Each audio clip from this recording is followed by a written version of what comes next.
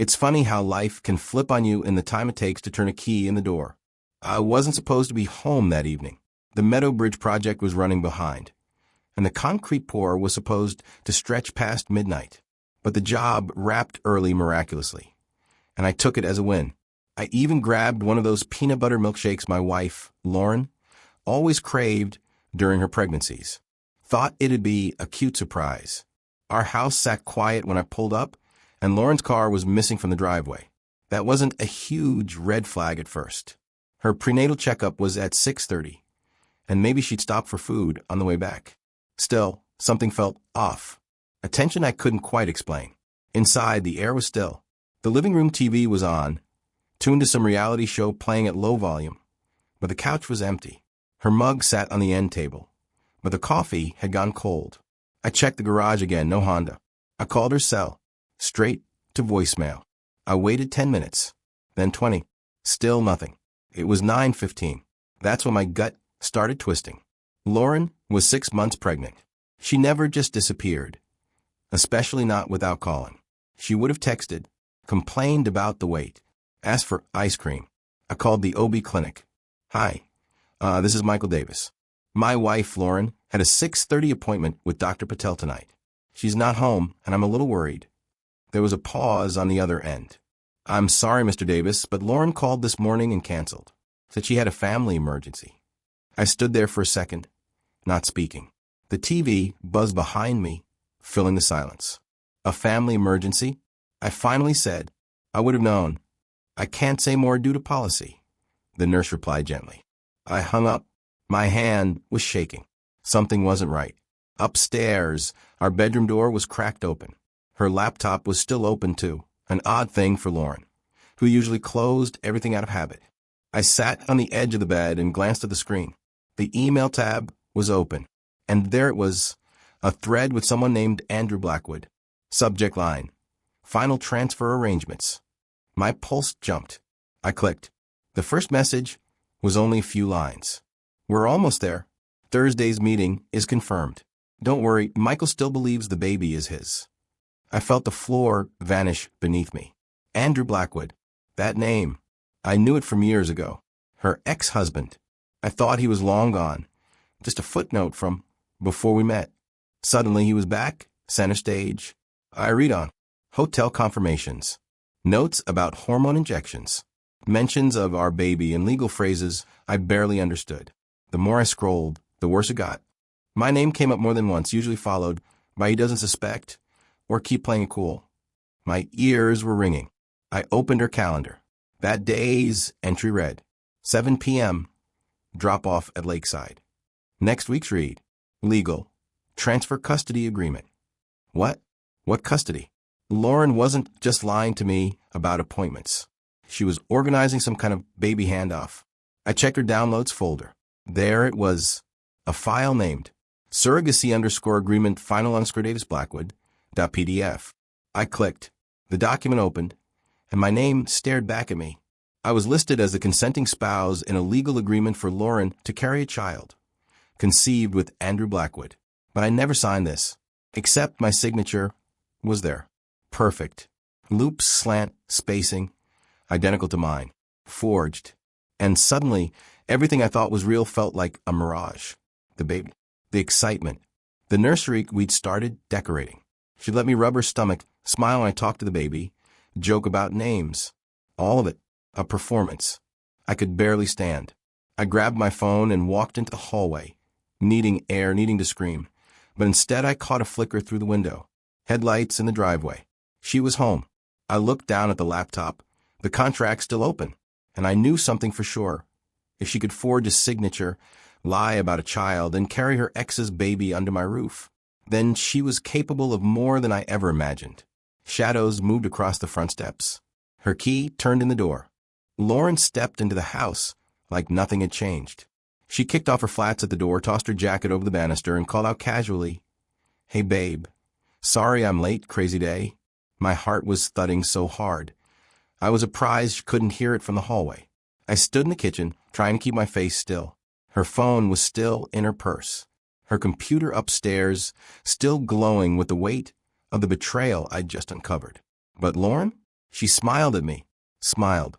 "Everything okay?" she asked, walking over to kiss me on the cheek. I didn't flinch. I let her do it. "Yeah," I said. "Just got it myself."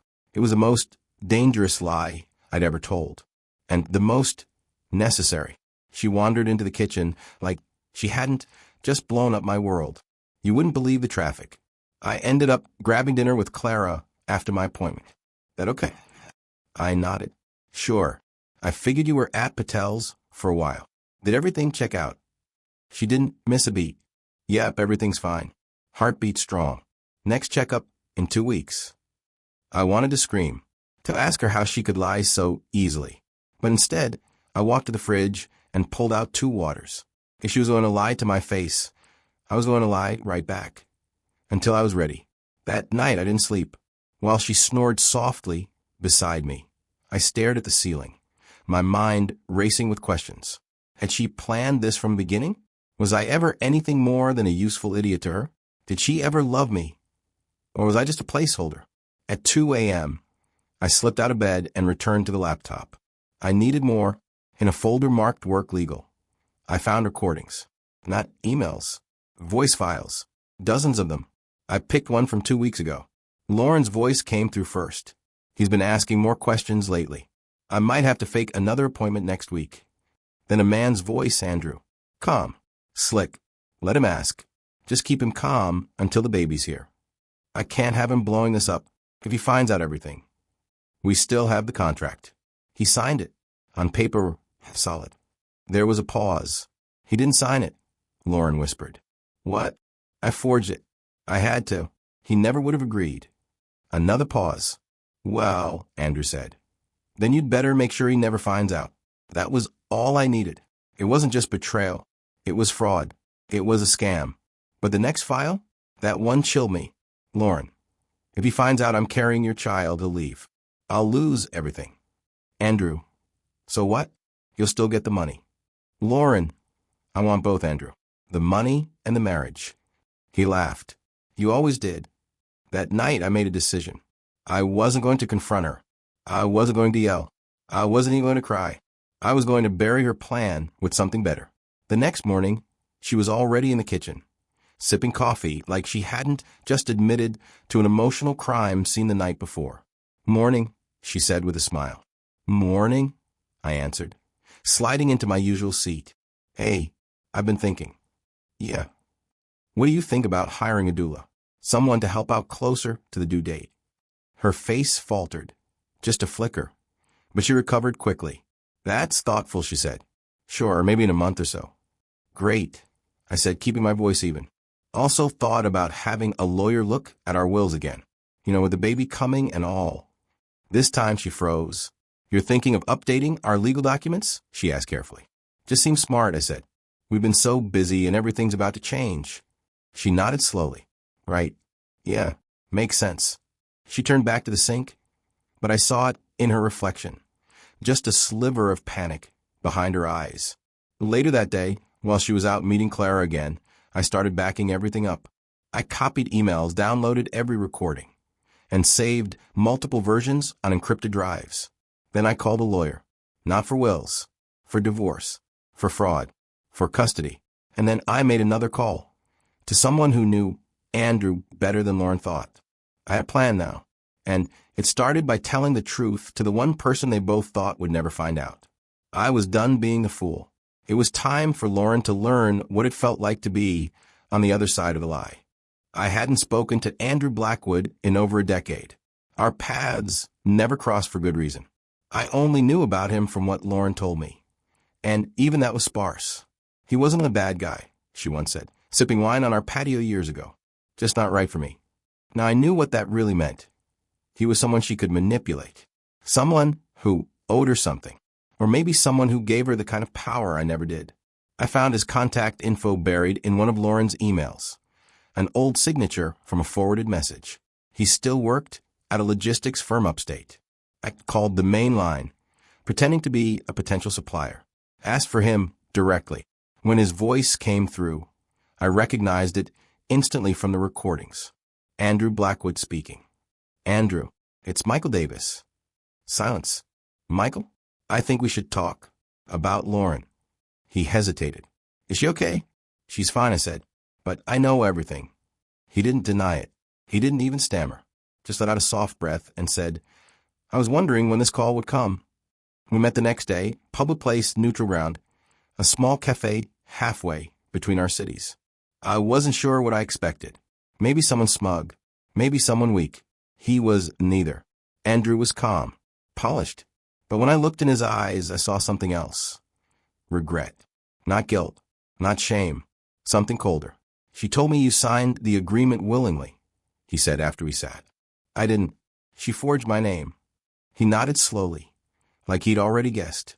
I was under the impression this was all clean, legal. Lauren swore she had your blessing. And you never question it? I asked, my voice sharper than I meant. She's very convincing, he said, not meeting my eyes. I pulled out a small recorder. Click play. Lauren's voice filled the air between us. She'll never find out. He thinks it's his. I'll keep him calm until the baby's born. Andrew flinched. I paused the recording. Still think she told you everything? He rubbed his forehead.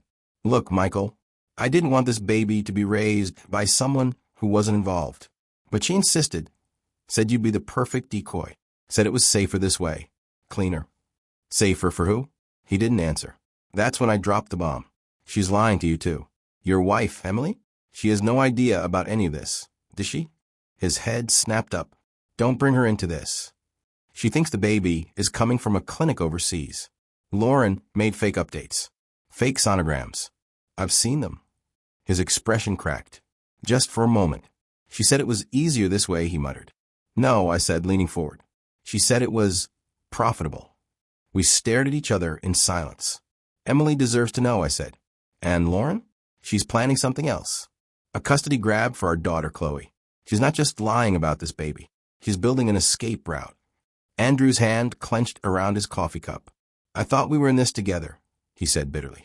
Turns out we're both just stepping stones. I didn't respond. I didn't have to. We sat in silence for a while longer. Then he said, let me make something clear. I never wanted to wreck your family. I wanted a child. She made it seem clean. It's never clean with her, I said, but it can still get messy for her. His eyes narrowed. What are you thinking? I'm thinking we stop playing defense and start playing offense. Later that evening, I got a text from a number I didn't recognize. Unknown. I got the first photo. That's all I needed. She's done. Attached was a picture of Lauren handing an envelope to a woman outside a medical building. The woman wasn't a nurse. She was a process server. Back at home, Lauren was humming in the bathroom, brushing her hair. She had no idea the web she spun was starting to collapse. And this time, she wasn't going to control the fallout. The next morning, Lauren made blueberry pancakes. She never made pancakes on weekdays. I watched her float around the kitchen like she had not just detonated a bomb under our lives. Her robe was tied neatly at the waist, her hair still damp from the shower. She even kissed me on the forehead like she used to, back when I believed this life we had built was real. How did you sleep? She asked, flipping another pancake. Like a rock, I lied. She smiled, oblivious or pretending to be. If she had even the faintest idea that I had spoken with Andrew the day before, she gave no sign of it. That alone told me she hadn't just lied to me. She had spent years perfecting the performance. I wondered how many times she looked me in the eyes and saw nothing more than a stepping stone to her next move. I was thinking, she said, sliding a plate in front of me. Maybe we go look at baby furniture this weekend. I took a bite, nodding. Sound good. She had no clue that I already knew the crib she wanted to buy was for someone else's child, not ours, not mine. And she wasn't just trying to fool me. She was staging an entire charade for the world. That pregnancy glow she wore like a badge? It was theater. The cravings, the doctor visits, the names she pitched over dinner. All of it was rehearsed. Later that afternoon, I logged into the encrypted drive I'd created. Everything was backed up. Emails, recordings, photos, bank statements, and something new. Footage from a private investigator I'd hired a week ago, before I ever found the contract. Even back then, I had a whispered doubt. Late nights, canceled plans, the way she'd talk about prenatal stress, but never seem exhausted. The videos confirm it. Meetings with Andrew, exchange of envelopes, parking lot drop-offs, everything documented. The next step required patience. I set up a hidden camera in the home office. I left a folder labeled Revised Will, Open ASAP, right on the desk. Inside, a decoy copy of a will I hadn't signed yet, but I wanted to see what she'd do if she thought I was leaving her something worth fighting for. That night, I faked a headache and told her I'd be in the garage working on the toolbox. I watched the footage in real time from my phone. She found the folder within minutes. She didn't hesitate. Lauren pulled out the document, flipped through it, and smiled. A satisfied, closed-lip smile. Then, she took out her phone and snapped a picture of every page. Later, I found the screenshots on her cloud backup. She hadn't even tried to hide them. But the real twist came the next morning. She brought me breakfast in bed. That had only happened once before, on our anniversary, 5 years ago. This time, it came with a side of performance. "Hey," she said, "I was thinking. I know I've been a little on edge lately. I just want you to know how grateful I am for everything." She sat on the edge of the bed, brushing invisible lint from my blanket. "I'm lucky to have you," she added softly. And that's when I knew something else was happening behind the curtain. The tone, the sudden tenderness. It wasn't guilt. It was strategy. She was trying to reset the board, move me back into position. But I was no longer playing the same game. "Thanks," I said. "That means a lot."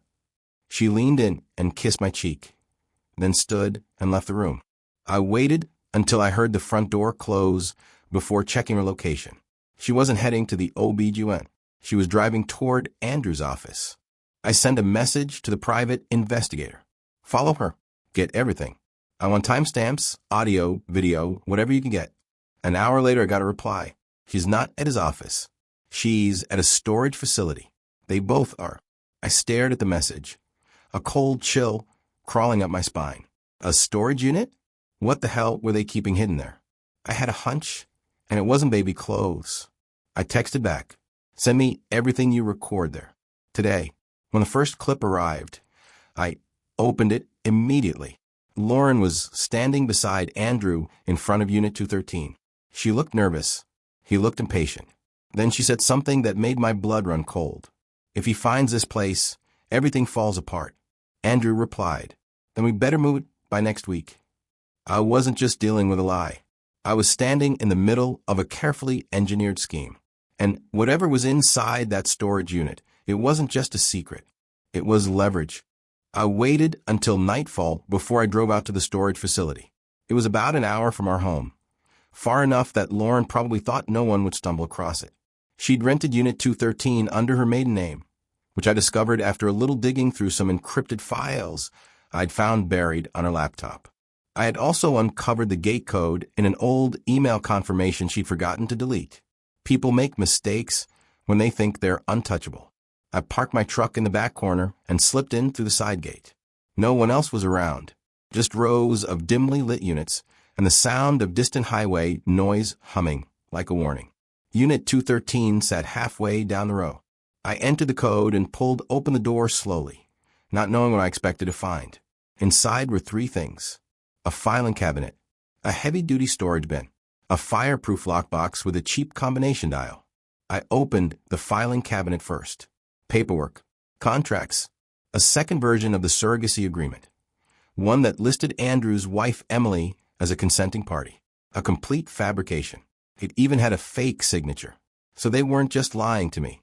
They were preparing to lie in court, if needed.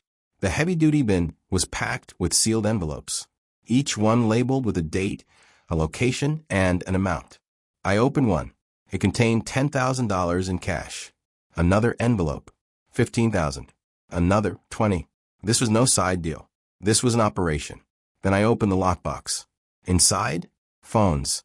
4 prepaid burner phones, all wiped clean, except for one, which had a SIM card still inside. I powered it on, knowing it was a risk, but I needed answers. There were only 2 text threads. One was with Andrew. "Lauren, use this number from now on. It's safer." Andrew, "We can't keep this up much longer. She's getting suspicious." She. That wasn't about me. That was about Emily. The other thread? A number saved only as M. M. I got the signature you asked for. Clean match. Lauren. You'll get the other half once the transfer clears. My stomach turned. And wasn't me. Someone had forged my signature and been paid for it. I took pictures of everything. The contracts, the cash, the messages. Then I packed it all back, exactly how I found it. If I wanted to destroy Lauren's plan, I needed her to believe it was still safe. I left the unit and drove home, hands gripping the wheel tight the entire way. She was already in bed when I got there, reading some parenting article on her tablet. She looked up and smiled. You were gone a while, she said. Yeah, had to swing by the shop for a last-minute call. Everything okay? Everything's fine, I said, walking over to kiss her on the forehead. How about you? She hesitated for just a second. Yeah, just feeling a little tired lately. She wasn't tired. She was calculating. That night I didn't sleep. I watched her breathe softly, a peaceful rhythm that used to comfort me. But now it sounded rehearsed. Like everything else, I thought about Chloe, our daughter. The real one. The one I helped raise, teach to ride a bike, tucked into bed after nightmares. How long until Lauren's next phase of betrayal involved her too? I got my answer sooner than I expected. The next afternoon, I picked Chloe up from school. She looked uneasy. Hey, I said, everything all right? She shrugged, glancing down at her phone. Mom said you guys might be separating, she mumbled. My heart dropped. She said that. She said you were under a lot of stress, and that if something happened, I'd still live with her. I forced my jaw to stay relaxed. She say anything else? Chloe hesitated. She asked how I'd feel if we moved away. Just her and me. Said it might be good for a fresh start. I clenched the steering wheel so tight I thought it might snap. Lauren was already laying the groundwork, not just for divorce, but for full custody. This wasn't about love, or mistakes, or even the baby. It was about control, money, power. I dropped Chloe off and told her we'd talk soon. Then I called my lawyer. I'm ready, I said. Ready for what? He asked. To file. Under what grounds? Fraud, forgery, and, if it comes down to it, intentional emotional harm. He exhaled slowly. That'll get messy. She's already made it messy. As I hung up, another text came in from the private investigator. You were right. She met with someone else today. Same guy as before. Got video. You want to see this one? I opened the clip. Lauren was handing over a manila envelope to the same guy from the burner texts. The one who forged my signature. They shook hands, and Lauren said, clear as day, once the papers are in, I'll have full control. He won't see it coming. I smiled. She was right about one thing. She hadn't seen it coming, but she would. For the next few days, I played the part. The doting husband, the curious soon-to-be dad, the guy who was just a little tired from work, and maybe a bit emotional about the baby coming. I even suggested a weekend trip to the cabin we used to visit before Chloe was born. One last quiet moment, I said. Lauren beamed, told me that was so sweet of me. Meanwhile, every move she made was being tracked. My investigator was feeding me a steady stream of updates. Lauren's days were filled with errands, which, of course, included secret meetings, burner phone messages, and another shady legal consult at a strip mall office. She was accelerating. That's how I knew she was getting nervous. Lauren had a habit. When things got shaky, she overplanned. She didn't know I had access to her cloud calendar now, thanks to an autosync that copied her events to a dummy account I'd set up on her phone. Her next 3 appointments? Lunch with someone named Sharon R. A visit to Roger's legal custody specialist. A final transfer meeting with Andrew. And yet, every night at dinner, she still held my hand and told me how excited she was to start this next chapter together. It was almost impressive. The performance. The lies layered over lies. The ability to play the part so perfectly that I almost believed her again. Almost. What she didn't know was that Sharon R. wasn't a friend from yoga class like she claimed. She was a notary, and Lauren wasn't meeting her for lunch. She was meeting her to finalize forged documents. I had already seen the digital draft on her laptop. It wasn't just a revised surrogacy agreement. It was an updated version that cut me out entirely, made it look like I had agreed to step aside as a legal guardian, that I was grateful to be relieved of paternal responsibility. My forged signature was at the bottom. I wasn't sure what infuriated me more, the signature or the line above it, signed freely and with full awareness. That night, I stood outside the bathroom while Lauren showered, listening to her hum, something from a playlist we used to share. Her voice floated out soft and confident, like she was already living in the future she'd carefully constructed. I opened her purse, swapped out her phone with an identical decoy. She'd never know the difference. Mine was loaded with a clone of her backups, GPS tracking, and a recorder that activated whenever she entered a new location. 2 nights later, she went to the meeting with Andrew. She told me she was having dinner with Chloe's godmother. "I won't be late," she said. "We're just catching up." I kissed her cheek and said, "Drive safe." She kissed me back. Then she drove to a business park on the other side of town. My investigator was already there. I watched the footage live. She walked in with a folder tucked under her arm and a spring in her step. Andrew was waiting inside. They hugged, and then she handed him the envelope. "We're good," she said. "He's calm. He still doesn't know." Andrew didn't look convinced. He pulled her aside. "We've already pushed this too far," he whispered. "You said he'd never check anything." "He hasn't," Lauren replied. "He thinks I'm still going to the OB. We've got 2 weeks tops. After that, we file everything and it's over." Andrew rubbed his face. "Emily's been asking more questions. I'm running out of excuses." Lauren touched his arm. "We're almost there. After this, you never have to deal with him or me again. You'll have your child. I'll have my payout. Everyone wins." Andrew shook his head. "I'm not so sure about that anymore." I closed the live feed. Andrew was cracking. Good. Because what Lauren didn't know was that he was already helping me now. After our meeting at the cafe, after I showed him what she'd hidden from him too, something shifted. He started sending me emails, forwarding messages Lauren thought were private. He even gave me copies of 2 documents she'd signed that contradicted her own statements in the surrogacy agreement. All admissible in court. I had been building a bomb. Not a literal one. A legal one. One that would detonate in the courtroom and expose every lie, every manipulation, every penny exchanged under the table. And now I had something better. A witness. A co-conspirator turnout. Andrew had everything to lose, his marriage, his money, his reputation. But Lauren? She thought she had nothing to fear. That's when people get careless. I sat at my desk the next morning and printed out a document. Not the forged one. A real one. One that only needed one signature. A sworn statement. Notarized from Andrew, stating exactly what she had done, what they had planned, what she had forged, and how she had coached him to lie under oath. I put it in an envelope, labeled it, "For my lawyer, emergency use only." Then I slid it into the fireproof safe, right next to Chloe's birth certificate, and a photo of Lauren, from the day we got married, the last day she ever told me the truth. The next morning, she came downstairs smiling. "Coffee?" she asked, holding out a mug. "Thanks," I said. Then I smiled back, because the next move was mine. The next phase started on a Tuesday morning. Lauren had no clue what I'd set in motion the night before. The house was quiet. She was in the kitchen, flipping through a parenting magazine, her robe loose, her bare feet tapping softly against a tile. It looked peaceful, normal, but nothing was normal anymore. I poured my coffee, watching her from behind the rim of the mug. "Big day today," she said without looking up. "Yeah." I asked casually. She nodded. I still on the page. "Meeting with Rogers again. We're going over birth plans, custody options, medical arrangements, just making sure we're on the same page for after the baby comes." Her ability to lie with such ease still rattled me. She said custody options, like she wasn't plotting to erase me from the equation entirely.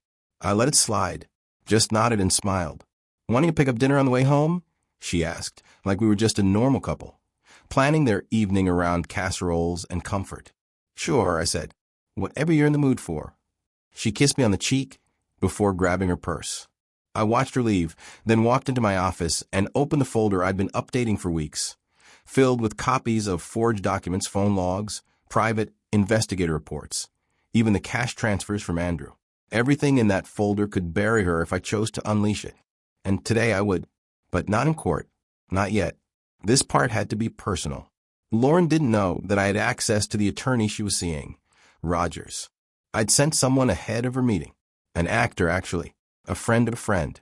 He was pretending to be a new client, sitting in the waiting area with a phone running voice to text in his jacket pocket.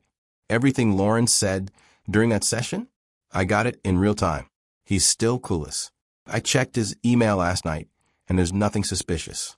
He doesn't even realize we've been in contact with the notary again. We're submitting the revised agreement Friday. After that, he's out. He'll get over it eventually. And if not, well, there's a therapist I've already contacted to write up a report. Emotional instability. Stress-related memory issues. I'm documenting everything just in case. She was preparing to discredit me. Even had the nerve to say it with a laugh. That's when I stopped the transcription, closed my laptop, and texted Andrew. Time to go. Drop it. He didn't respond with words. Just a thumbs up. I didn't have to explain. He knew the plan. At 2:17 p.m., Lauren called me. Hey, babe. Can you do me a favor and pick up that type place you like for dinner? Her voice was syrupy. Sweet. Perfectly pitched. Sure, I said. Everything good? Yep. Just wrapping up here.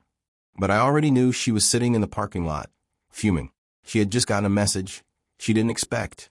A formal letter from Emily Blackwood's lawyer. Lauren's world was starting to tilt. Because Andrew didn't just turn on her. He told his wife everything. The fake clinic. The money. The false medical reports. Lauren wasn't just in trouble with me anymore. She was now a target in 2 separate legal investigations. And she had no idea how deep it would go. At 6:11 p.m., she walked through the front door, carrying takeout like it weighed nothing.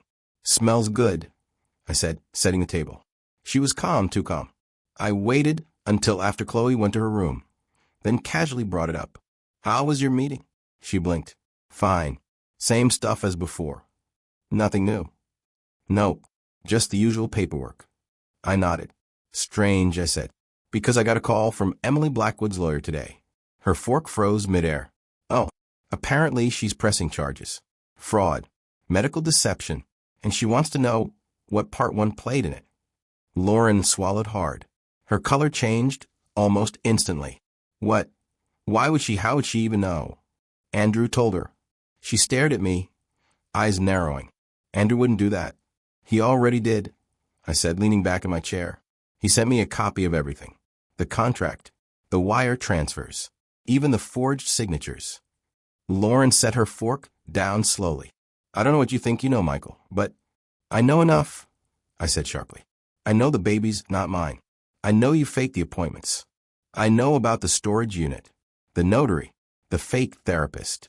You were building a world without me in it. She opened her mouth, but no words came out. For the first time since this started, she looked scared. I leaned forward. You could have come to me. You could have told the truth. But instead, you tried to write me out like I was just some extra in your story. She stood abruptly. I did what I had to do. You wouldn't have understood. I understand now, I interrupted. More than you ever thought I would. Silence fell. Lauren stood there, breathing hard, panic rising behind her eyes. And then I said the one thing that changed everything. I've already filed. With my lawyer. Everything submitted. Full custody petition for Chloe. Divorce papers. Restraining order pending based on fraud and emotional coercion. Her face crumbled. You don't mean that? I do, I said coldly. I stood up, walked past her to the front hallway, and opened the closet. I handed her a packed suitcase. You'll find a hotel easier than you think, I said. Since Emily has your name now, and Andrew's cutting you off, you're going to need a place to stay. She didn't move. Michael, I'll call the police if you're not gone in 10 minutes. She took the suitcase, walked out the front door, and just like that, the woman who tried to rewrite my life was no longer in it. She didn't slam the door when she left. She didn't cry, scream, or beg. Not the way you'd think someone would after their carefully layered life finally collapsed. She just left, quietly, with a suitcase I had packed the night before. I stood by the window and watched her car disappear down the street. For a second, I felt something strange. Not relief, not anger, something hollow. Like standing in a house that used to be full of life and realizing the furniture's gone. You're still there, but the meaning isn't. But that feeling didn't last. Because 20 minutes later, my lawyer called. It's done, he said. Documents were served. Petition was filed, and we were granted a temporary restraining order effective immediately. Thank you, I said. My voice was steady. I'll also forward the formal motion for full custody of your daughter. Forward everything. I hung up and walked to Chloe's room. She was lying on her bed, earbuds in, eyes on her phone. She looked up, pulled one earbud out. Hey, I said, trying to sound casual. You hungry? She shrugged. A little. Come down. Let's order something. Just you and me. Her eyes narrowed slightly, like she was trying to read between the lines. Where's Mom? I took a breath. She's going to be staying somewhere else for a while. Chloe sat up. Why? Because things between us haven't been what they seemed. I think you've sensed that. Her mouth twitched. She didn't look shocked. Did she lie? I nodded slowly. She did, and not just to me. She stared at the wall for a long moment. Okay, she said finally. Can we get pizza? It was the most teenage response possible, and I almost laughed. But it told me what I needed to know. She already knew. Maybe not the full extent, but kids know when something's off. We ate on the couch with a movie playing in the background. Chloe leaned into my side the way she used to when she was little. Neither of us mentioned Lauren again that night. The next morning, the headlines hit. Local woman accused of fraudulent surrogacy scheme, implicated in multi-state investigation. Lauren's name wasn't used directly, yet, but Andrew's company was, and the surrogacy clinic they had fabricated together? Shut down. Authorities were digging into licensing violations, fake medical paperwork, and financial fraud. Emily didn't waste time. She filed for divorce the same day Lauren was served. And Andrew? He sent me one more message. I thought I was using her too. Turns out, she was always 3 moves ahead, until she wasn't. I didn't reply. I didn't need to. Instead, I focused on the pieces of my life that mattered. Chloe and I settled into a new routine. We talked more. I found a therapist for both of us. I even took a few days off work, something I hadn't done in years. Not because I was broken, but because I wanted to build something stronger. One night, a week after Lauren left, Chloe asked something unexpected. Was the baby yours? It felt like a punch, but I answered calmly. No, it wasn't. She nodded. I figured. Then after a pause. Do you think she ever really loved us? That part one didn't know how to answer. I think she loved the version of us she could control, I said carefully. But the real us? I don't know if she knew how. Chloe didn't say anything after that. She didn't have to. That weekend, I started clearing the nursery. I took down the mobile, unboxed the crib, folded up the tiny clothes Lauren had insisted we order. I bagged everything and donated it the next morning. Not out of spite, but because it didn't belong to us. The lie had no place in our house anymore. A few days later, a letter arrived. No return address. I opened it anyway. You destroyed me.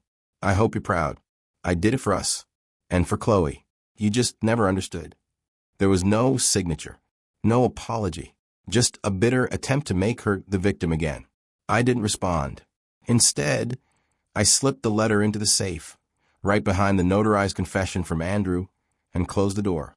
She was gone, but what she left behind was still mine to clean up, and I would, because I'd already made peace with something most people never want to admit.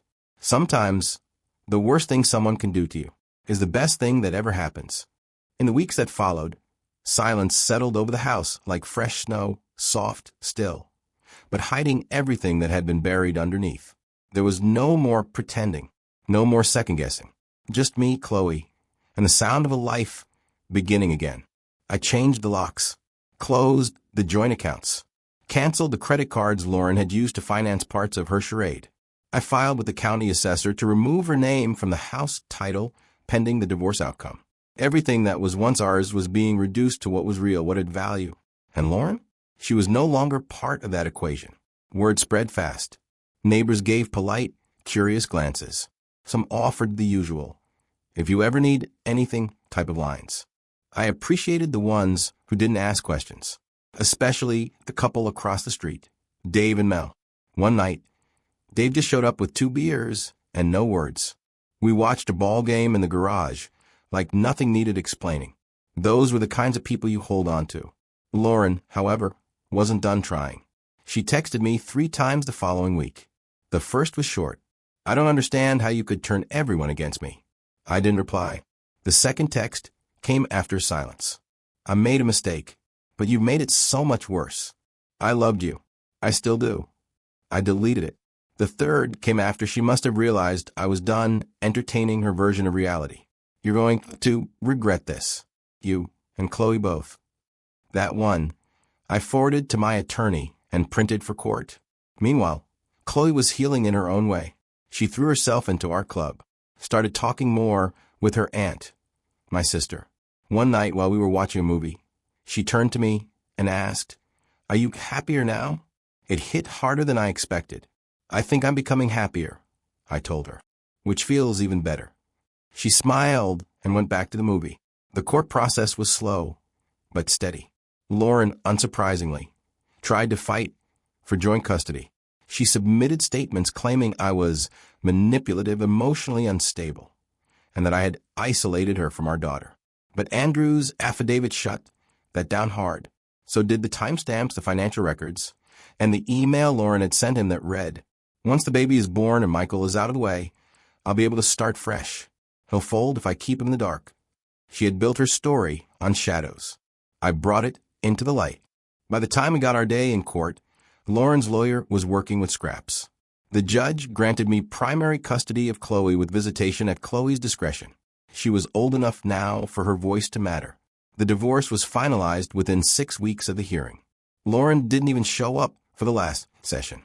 Her attorney stood there alone, fumbling through closing paperwork while Lauren was probably off somewhere rewriting the story to suit her version of the truth. Let her. I wasn't interested in controlling her narrative. I was too busy writing my own. By month's end, I took Chloe on a weekend trip, just the two of us. A little mountain town with a quiet lake, a fire pit, and no Wi-Fi. No drama. Just board games, laughter, and that strange feeling of comfort that returns after you've survived the worst and found out you're still standing. Chloe roasted marshmallows and asked if I thought we'd ever go back to normal. I told her the truth. "No," I said, "but we're building something better." On the way home, I saw Lauren's name pop up in a news article someone had emailed me.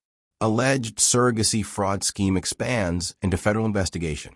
Apparently, she'd been involved in more than just Andrew's deal. She'd acted as a middlewoman in other shady arrangements, taking consulting fees from intended parents and feeding them fake updates from clinics that never existed. Turns out, she had always been playing the long game. But now, the game was over. And for the first time since this whole thing started, I felt no need for revenge. No desire for her to suffer or beg or come crawling back. She was irrelevant. I had survived the lie, survived being made a fool, survived having my trust set on fire and my heart broken in silence. And I wasn't bitter. I was free. Still, I kept every file, every email, every photo, not because I planned to use them again, but because I never planned to forget. In the weeks that followed, silence settled over the house like fresh snow, soft, still, but hiding everything that had been buried underneath. There was no more pretending, no more second-guessing. Just me, Chloe, and the sound of a life beginning again. I changed the locks, closed the joint accounts, canceled the credit cards Lauren had used to finance parts of her charade. I filed with the county assessor to remove her name from the house title pending the divorce outcome. Everything that was once ours was being reduced to what was real, what had value. And Lauren? She was no longer part of that equation. Word spread fast. Neighbors gave polite, curious glances. Some offered the usual, "If you ever need anything," type of lines. I appreciated the ones who didn't ask questions, especially the couple across the street, Dave and Mel. One night, Dave just showed up with 2 beers and no words. We watched a ball game in the garage, like nothing needed explaining. Those were the kinds of people you hold on to. Lauren, however, wasn't done trying. She texted me 3 times the following week. The first was short. "I don't understand how you could turn everyone against me." I didn't reply. The second text came after silence. "I made a mistake, but you made it so much worse. I loved you. I still do." I deleted it. The third came after she must have realized I was done entertaining her version of reality. "You're going to regret this. You and Chloe both."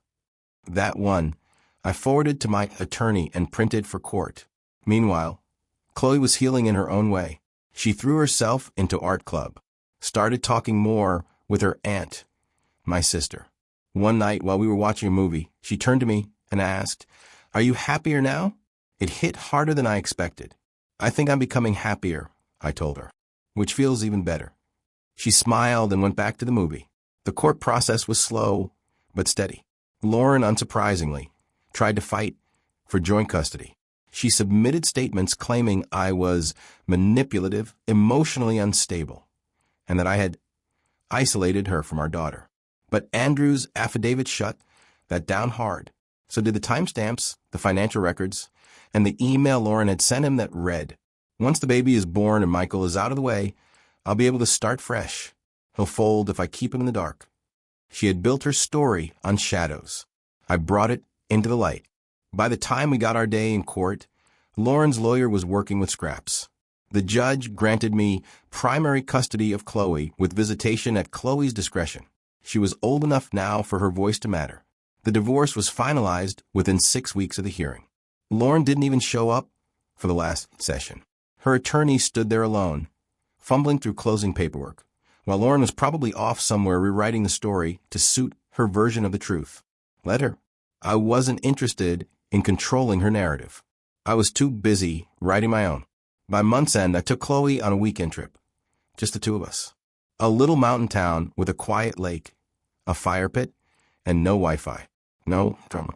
Just board games, laughter, and that strange feeling of comfort that returns after you've survived the worst and found out you're still standing. Chloe roasted marshmallows and asked if I thought we'd ever go back to normal. I told her the truth. "No," I said, "but we're building something better." On the way home, I saw Lauren's name pop up in a news article someone had emailed me. Alleged surrogacy fraud scheme expands into federal investigation. Apparently, she'd been involved in more than just Andrew's deal. She'd acted as a middlewoman in other shady arrangements, taking consulting fees from intended parents and feeding them fake updates from clinics that never existed. Turns out, she had always been playing the long game. But now, the game was over. And for the first time since this whole thing started, I felt no need for revenge. No desire for her to suffer or beg or come crawling back. She was irrelevant. I had survived the lie, survived being made a fool, survived having my trust set on fire and my heart broken in silence. And I wasn't bitter. I was free. Still, I kept every file, every email, every photo, not because I planned to use them again, but because I never planned to forget. A few months later, spring rolled in.